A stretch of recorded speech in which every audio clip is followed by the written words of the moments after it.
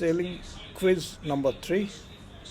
5 boats, 1 narrow downwind lane, and a web of right-of-way decisions.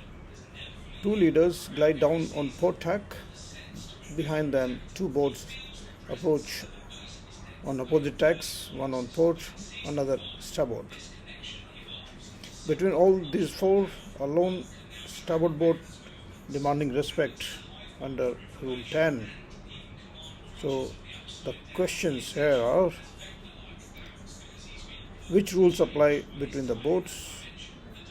Who is the right-of-way boat? Which boat must keep clear? Let's see if you can get the rules right. Thank you.